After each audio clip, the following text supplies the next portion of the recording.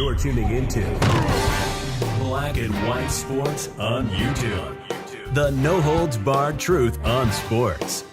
The main event starts now. I am back. Rudrance for Black and White Sports. If you're new to the channel, hit subscribe, like, comment, share this out. I did a video the other day, and in case you were not paying attention, and many of you may not be, the U.S. Women's National Team, the very anti-American U.S. Women's National Team, started play last night. That's right. Oh, they put a 3-0 win on Vietnam. That's right.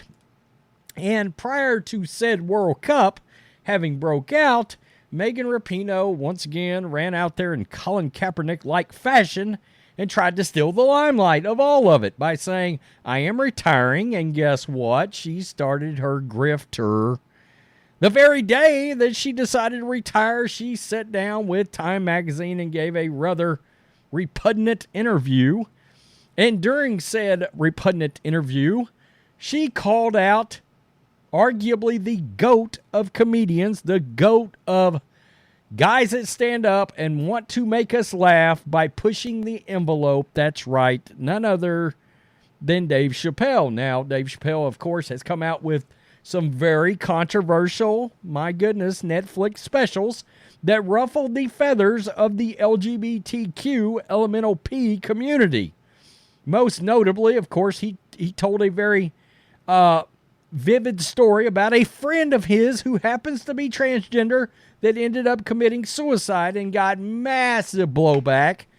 Essentially, it exploded the world. The woke employees of Netflix walked out, in which the CEO came out and said, look, in no uncertain terms, Dave Chappelle makes us a lot of money. We're going to keep making his content. If you don't like it, this is not the place for you to remain employed. So she came out in her Time magazine interview and she slammed Dave Chappelle and blamed him for something that had us scratching our noggins, because she blamed him for supposed violence on the transgender community. Now, in case you're not keeping up, Megan Rapinoe is a lesbian. That's right. Oh my goodness, she likes the women. Her partner is, no surprise, a WNBA legend. Is there such a thing? A WNBA legend, Sue Bird, is her partner. That's right. And, well, she has come out. She slammed everybody that is trying to keep women's sports fair. Why? By trying to keep people like William Leah Thomas, biological man, out of women's sports, because it causes, what you would expect from men against women, actual competitiveness issues, as in it's totally unfair and it takes spots away from actual women, and safety issues, which we've talked about. She slammed Dave Chappelle for promoting violence against transgenders because of his stand-up. Now, there doesn't seem to be a lot of facts behind that. Well, enter in one Greg Gutfeld. I like Greg Gutfeld a lot. He's got a hell of a late-night show. It's funny as hell, and by the way, it just took a few months for Greg Gutfeld to become the #1 late-night show that happens to target conservatives. Funny how that is.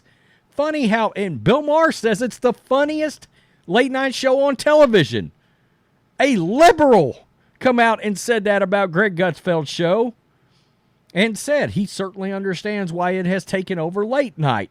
Well, Greg Gutfeld came out and had some choice words for one, Megan Rapinoe, and in regards to Dave Chappelle. Now, look, it's so funny.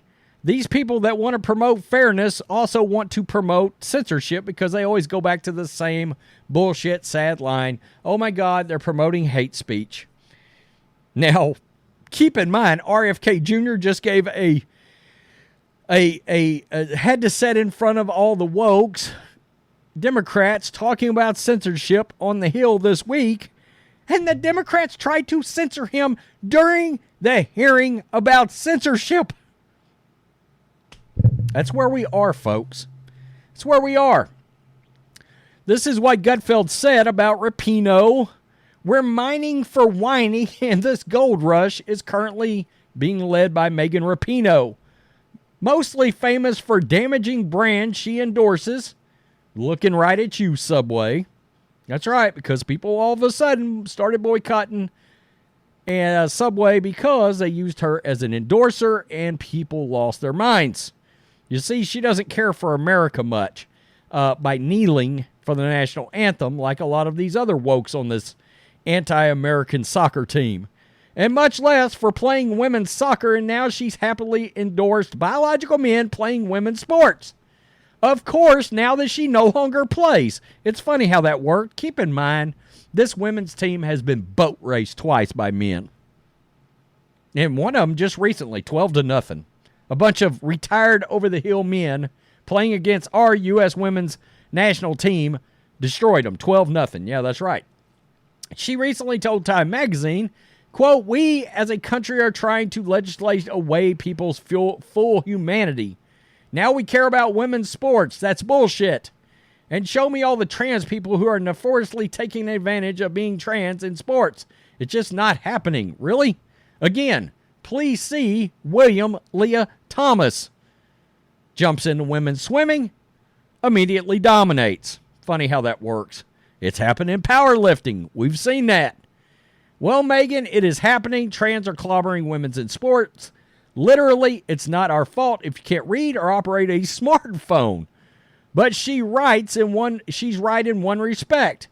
No one cares about women's sports as much as we care about fairness or line cutting, which is what men who say they're women are doing. The line to the winner's circle is always shorter if you're a dude playing women's sports.